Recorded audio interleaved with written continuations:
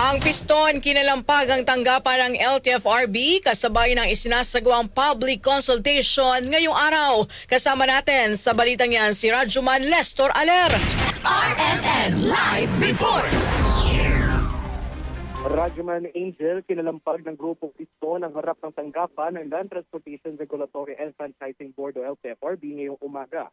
Kasabay ng kanilang isinagawang kilos protesta, nakatakdang public consultation para sa roadworthiness at overloading ng mga traditional jeepney. Ayon kay Presidente o ayon sa Presidente ng Piston Parañaque na si Jason Pahilagutan na nais nila mapaganda ang traditional jeepney sa kalsada, habang nananawagan din sila na maibalik sa kanila ang prangkisa para muli sila makapaghanap buhay. Bukod pa dito, nananawagan din sila ng tulong na mabigyan ng subsidiya mula sa gobyerno at nais nilang maibigay sa local manufacturer ang paggawa sa mga jeep. Sana tulungan din sana kami ng gobyerno na mabigyan ng subsidy kagaya ng ginagawa nila sa ibang mga car manufacturer.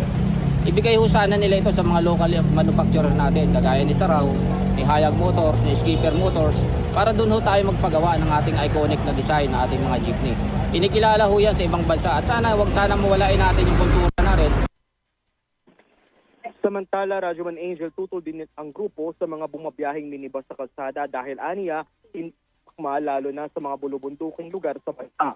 Bago magtungo sa opisina ng LTFRB sa Kalayaan Avenue, una nagtungo ang Piston LTFRB Central Office sa East Avenue, Quezon City. At matapos may programa ay magpupunta ang grupo sa LTFRB NCR para naman maghain ng kanilang Provisional Individual Authority. Kasama mo sa DZSL RMN Manila, Rajuman Lestor Aler, Tatak RMN. RMN Network News!